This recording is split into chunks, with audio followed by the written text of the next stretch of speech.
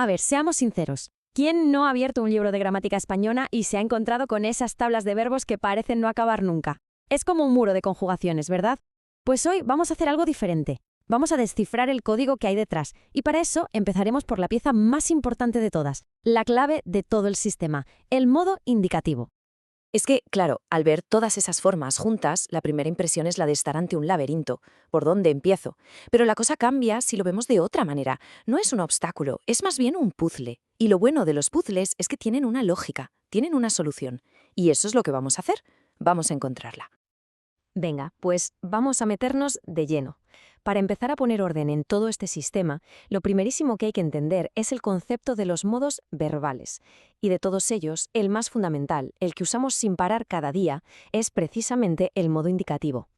A ver, una buena forma de entender el indicativo es pensar que es como la configuración por defecto del español. Es el modo que usamos para hablar de la realidad. Punto. Sirve para afirmar hechos, para describir lo que pasa, lo que pasó o lo que va a pasar, pero siempre desde la certeza. Es, por así decirlo, el modo de lo concreto, de lo que es. Y aquí se ve clarísimo. Por un lado tenemos el indicativo, el mundo de la realidad, de los hechos. Si digo llueve, estoy constatando un hecho, es la realidad. Pero por otro lado está el subjuntivo, que se mueve en el terreno de los deseos o las dudas. Si digo ojalá no llueva, ya no estoy hablando de un hecho, sino de un deseo. ¿Se ve la diferencia? El indicativo constata, el subjuntivo valora, opina, desea. Entender esta oposición es, de verdad, la clave de todo. Vale, ya tenemos claro el por qué, el concepto. Ahora vamos a ver el cómo funciona en la práctica. Vamos a sumergirnos en los distintos tiempos que forman el indicativo, y para que sea más fácil, usaremos un verbo regular de los que acaban en ar, como si fuera nuestro guía. Y vamos a empezar por lo más directo, por los tiempos simples. ¿Por qué se llaman así?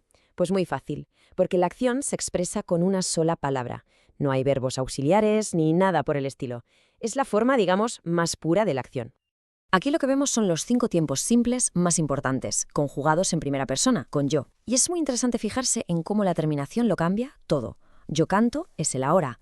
Yo cantaba nos lleva a una acción habitual del pasado. Yo canté se refiere a algo puntual ya terminado.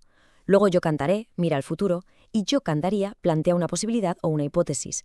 Es que cada terminación es un código que nos da una información temporal súper precisa. Muy bien, dejamos los simples y pasamos a los tiempos compuestos. Y ojo, porque aquí viene la buena noticia. Podría parecer que esto se complica, pero es todo lo contrario. No se trata de memorizar un montón de formas nuevas, sino de aprender una fórmula, una especie de receta muy sencilla que se repite una y otra vez.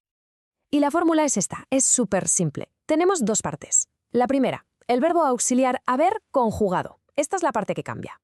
La segunda, el participio pasado del verbo que queremos usar. Por ejemplo, cantado. Y esta parte, el participio, es genial porque nunca cambia. Siempre es cantado, comido, vivido. Lo único que tenemos que conjugar es saber. Es como jugar con bloques de construcción. Un sistema súper eficiente, la verdad. Y aquí se ve perfectamente en acción. La estructura es siempre la misma, haber más cantado. Lo que cambia es el tiempo de haber, y eso le da el matiz. Yo he cantado se refiere a un pasado reciente. Yo había cantado se usa para hablar de una acción pasada que ocurrió antes de otra también pasada. Yo habré cantado nos sitúa en el futuro, hablando de una acción que para entonces ya estará terminada.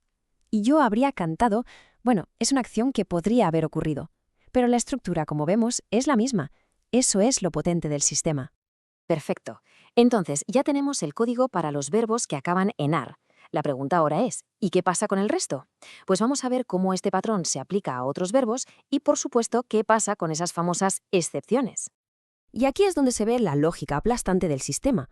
Lo primero, la forma de yo casi siempre acaba en no. Pero lo más interesante viene ahora. Si nos fijamos en las terminaciones de los verbos en er y en ir, son prácticamente iguales. Salvo un par de detalles, son un calco.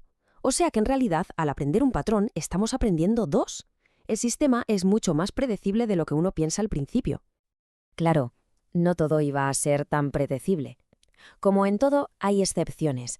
Y en español resulta que algunos de los verbos que más usamos, los más importantes, son irregulares. Pero no hay que verlos como un problema, ¿eh? Más bien son como verbos con mucha personalidad, que tienen sus propias reglas y que, por ser tan comunes, es fundamental conocerlos bien.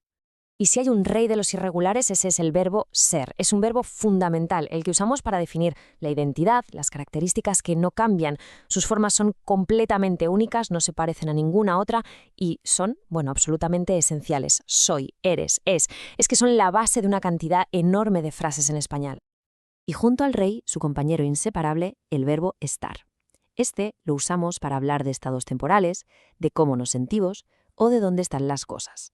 Al igual que ser, es súper común. La buena noticia de todo esto es que aunque dan un poco de guerra, en realidad solo hay un puñado de verbos tan irregulares y tan frecuentes que requieren esta atención especial. No son cientos.